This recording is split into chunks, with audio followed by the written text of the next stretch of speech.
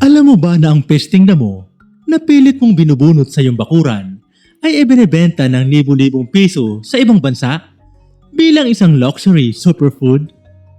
Ang itinuturing nating dumi sa kalsada, ginto kong ituri ng mga eksperto. Sa bidyong ito ay kikilalanin natin ang 10 damong gubat na baka tumutubo sa iyong bakuran ngunit hindi mo alam na kinakain pala at mahal na ibinebenta sa ibang mga bansa. Pero bago ang lahat, kung nais mong ikaw ang unang makakita ng aming mga bagong upload at makitang ilang behind the scene, mag-subscribe at sumali na sa aming community.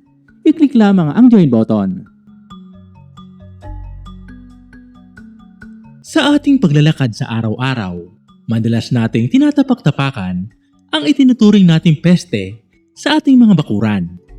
Mga damong pilit nating binubunot dahil nakakasira umano sa ganda ng ating mga halaman. Ngunit ang hindi alam ng marami, ang mga damong ito ay tinaguri ang green gold sa ibang mga bansa.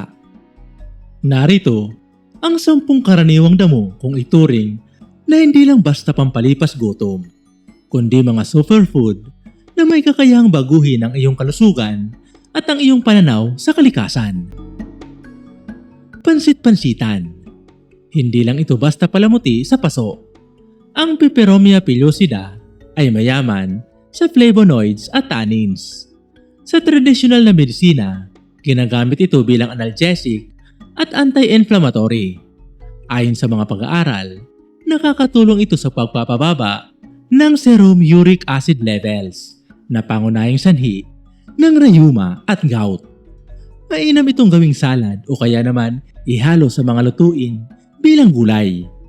Sa labas ng bansa, binebenta ito bilang shiny bash extract sa anyo ng tincture. Colitis o native spinach. Ito ang ating lokal na amaranth.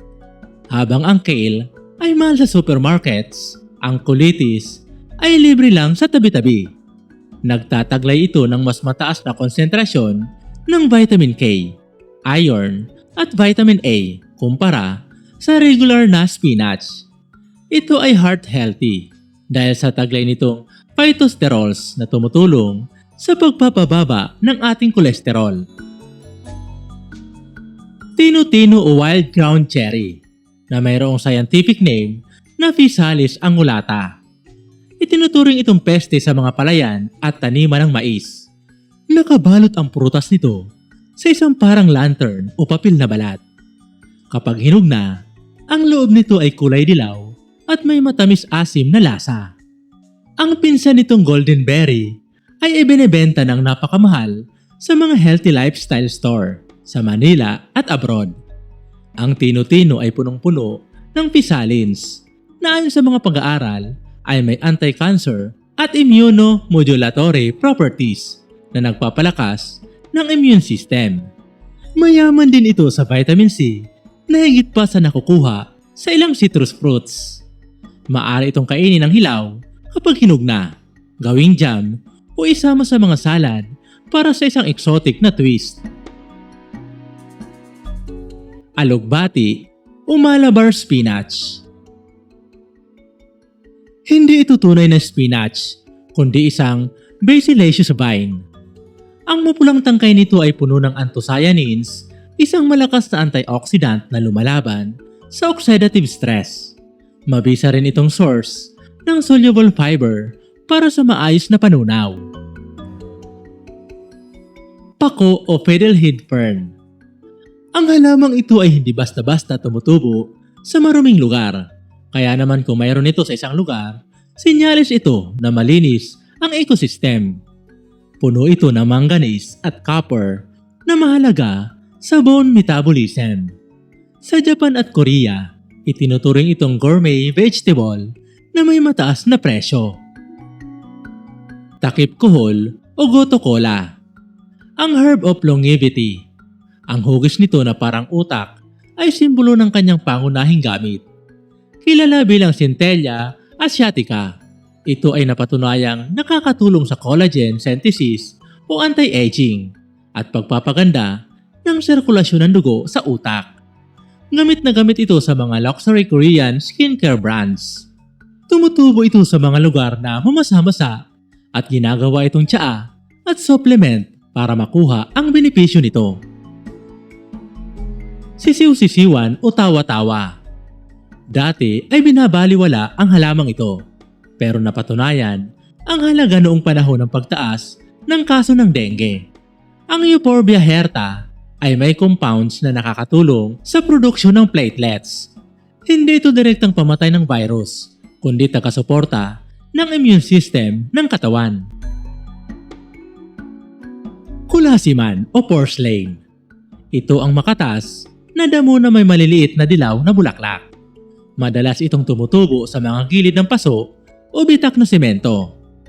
Itinuturing itong vegan omega-3 source. Sa katunayan, ang kulasiman ang may pinakamataas na omega-3 fatty acid sa lahat ng uri ng leafy green vegetables.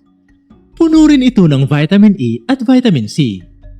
Masarap itong isahog sa ginisang munggo o gawing salad. Saluyot. Ang paboritong gulay ng mga Ilocano. Kapag niluto, ito ay madulas o mucilaginous. Ang madulas na texture na iyon ay puno ng polysaccharides na nagpoprotekta sa lining ng ating mga tiyan laban sa ulcers. Talinum. Madalas itong tumutubo sa mga paso o sa gilid ng mga pader. Kilala ito sa maliliit at kulay pink na bulaklak at makatas na mga dahon. Marami ang nag-aakala na palamuti lang ito. Pero ito ay isang powerhouse of nutrition.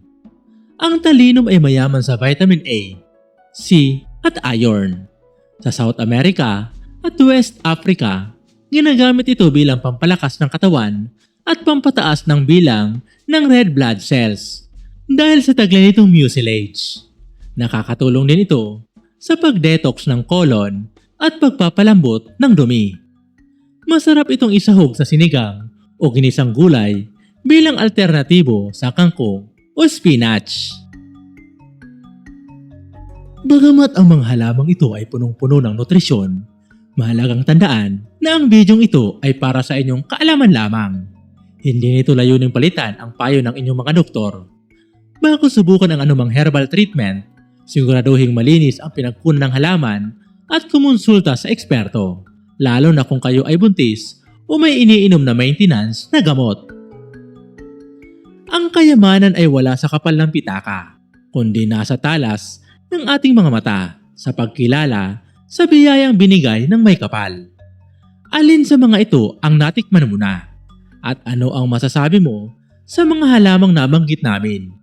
Ibahag ang iyong opinion sa comment section at babasahin namin ito.